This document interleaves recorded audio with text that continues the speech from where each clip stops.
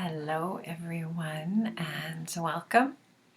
Today let's talk about gate 36 or gene key 36. As always, I'm going to start on the human design side and then move over to the gene key side. And important to note, right, that everything that I talk about here is my interpretation of how we can use these energies to first look at our own shadow, what we need to work through. And because when we work on what we need to work through, where we heal shame and guilt, we help heal the rest of the world. We kind of forge the way for that healing to happen elsewhere. In other populations, in other places on the planet, in your family, in your relationships. All right, so today we're talking about gate 36, which is transiting the sun. The sun is transiting it between March 14th and March 19th, 2023. So on the human design side, gate 36 is in the emotional solar plexus to the throat. And it moves through the throat via gate 35. This is collective and sensing circuitry. So it's very kind of intuitive. We sense this. And it's associated with the astrological sign of Pisces. The quantum human design name is exploration, and the traditional human design name is crisis. And in the I Ching, this is known as the hexagram of the darkening of the light or smothered light. So this transit right now, this gate is highlighting to watch out for boredom, which then causes you to react or leap too soon. So it's also teaching us to learn how to stick with something long enough to be skillful and proficient at it, so that we can see the work that we've done and we can see the results. So to see the fruit that is bared from your experience and your skills that have been built. On the shadow side of gate 36, this is all about leaping too soon. Leaping before we click into alignment. Leaping before right timing. And this is where we can go from opportunity to opportunity without waiting to see how it all unfolds. Now, I don't have gate 36 active in my chart, but I do have gate 35. So my 35 really highlights this piece, and I have definitely felt this on the shadow side in my life, along with my 3 line. They play off each other really well, where I have gone in my life a lot from one thing to another without giving it a chance to see what happens from those lessons or what I'm learning to do. And I have definitely leapt too soon in my life or not stuck something through long enough. That also is played out by my 3rd line. So I would say that sometimes what can happen is it's kind of like it's this internal like feeling of just this like it's uncomfortable to sit and wait and to allow yourself to really learn something. So when you are in the full expression of this is all about creating from emotional alignment and alignment with right timing. So being able to know, okay, now is the time to act. Now is the time to create. Okay. On the gene key side, this gene key name, as Richard Rudd called it, is called Becoming Human. And we'll just go back to the I Ching name of this is the darkening of the light or smothered light. So on the shadow side of this gene key, we have the shadow of turbulence. So I want you to think of just that word turbulence for a minute. what comes to my mind is this like vessel of water that then has it's been stirred up, like someone has come around and stirred up this water, and there's the grits and the sand and the clay, and it's challenging to see through. You don't have much clarity there. So collective turbulence in us as human beings, how we start to feel turbulent in our lives because we don't have certainty. Things are not certain, and that can create this fear, right, that goes through us. And it's because we feel like we need certainty to feel okay in the world. And when that certainty isn't there, it creates this emotional turbulence inside. It's not clear. We don't know what's going on in the world. And this shadow side of turbulence believes that there can't be human life without drama. We can't be humans without protagonists and antagonists. We can't live life without good or bad, or some kind of story, right?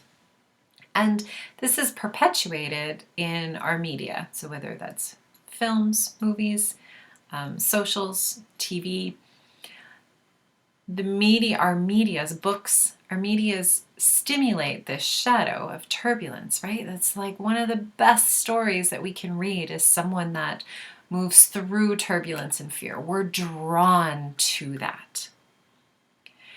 And we're drawn to that because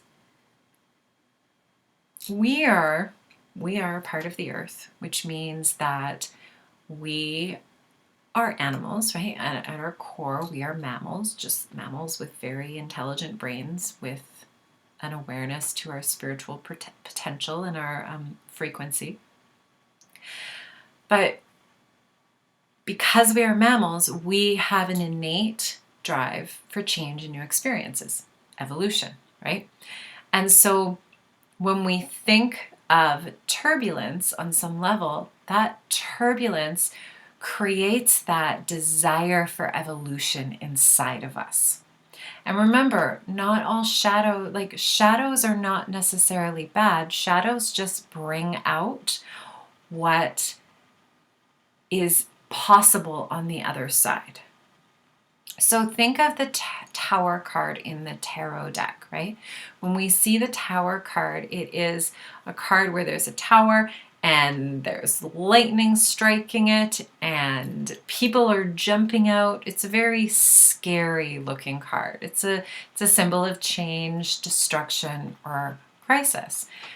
And this is often brought on, often if you don't react in an emotional way to some type of change or evolution or crisis in your life, hats off to you, because typically this will bring an emotional charge to you, to a human being. And that emotional charge is what creates the turbulence. I'm going to rephrase that. It's the reaction to the emotional charge is what brings out the turbulence, the shadow of turbulence. Because we as humans, we haven't yet learned how to be emotionally responsive. We are emotionally reactive for the most part. And so when something happens in our environment or internally through transits, right, and it feels like our world is changing, we're going through a deep level of change, what this shadow brings up is it can often feel or be seen like the dark night of the soul. It feels like your whole world is crumbling and we're not really sure how to be in that because we're very much ruled by our emotions, by drama, right? So when we look at the dark night of the soul, The dark night of the soul is actually a function to break free of our old patterns. And in order to break free from our old patterns, and most of our shadow patterns are linked to the energy of victimization, feeling like a victim in your life. It's as if we need to go through and into our own suffering, into our own fear, into our own lust, because lust comes from this place of wanting, right? Wanting to fill something up in order to break free. So this turbulence is actually very necessary. We need to move through the shadow in order to get to the other side, to the light or to the gift. So this turbulence is going to show up in one of two patterns. It's going to be nervousness, where you are afraid of change, you can't relax, you resist emotional turbulence. And when we resist emotional turbulence, this is where we get anxiety, because it's through the resistance of our emotional state that our body then kind of starts to push back. The more we resist our emotions, the more our body is kind of going, I need to process this, I need to process this. And this is where we often anxiety stems from. The second way this can show up is to be crisis prone, where you are in repetitive cycles of crisis and emotional turmoil. So there's like this cycle that is played out consistently in your life through reactionary expressions of emotions that lack clarity and honesty. So how do we journey from the shadow of turbulence to the gift of humanity? This requires work on the very human, emotional, and physical level. So as I said, you need to turn towards your own shadows, turn towards your own pain in order to move through it. We can't ignore the dark on this planet in these circumstances. Everything in this world is duality, right? We can't ignore the pain. We can't ignore the shadow that's playing out in ourselves and in the world. The more we ignore it, the more we perpetuate it, the bigger it gets. If you ignore guilt and shame in yourself, it will run the show because it thrives in the dark. If you turn towards your guilt and shame, if you look at it, if you know how, if you can embrace it and feel it, even as it's as painful as it can be to do that, this is where it transmutes. And so a big part of this shadow of turmoil that plays out is the denial of our emotions. It's in the denial of emotions that turmoil gets stirred up. Because if I can say, oh, there's big change coming and I'm scared, and I can feel that fear in my body, like, oh yeah, I can feel the fear in my solar plexus, right? There's that fear in my solar plexus, and it feels tight. And then I can ask myself, what would that fear want to say if it could speak?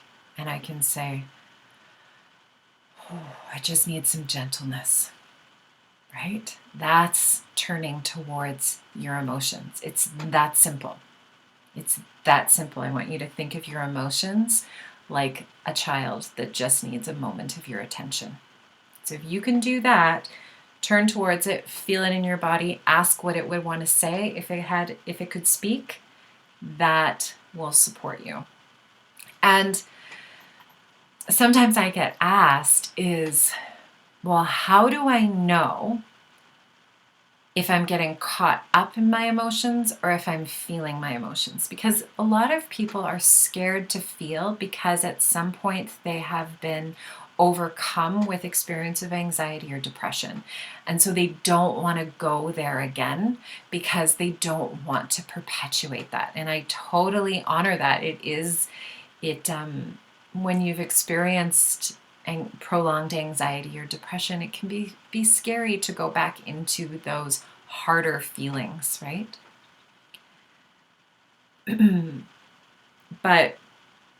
And what happens is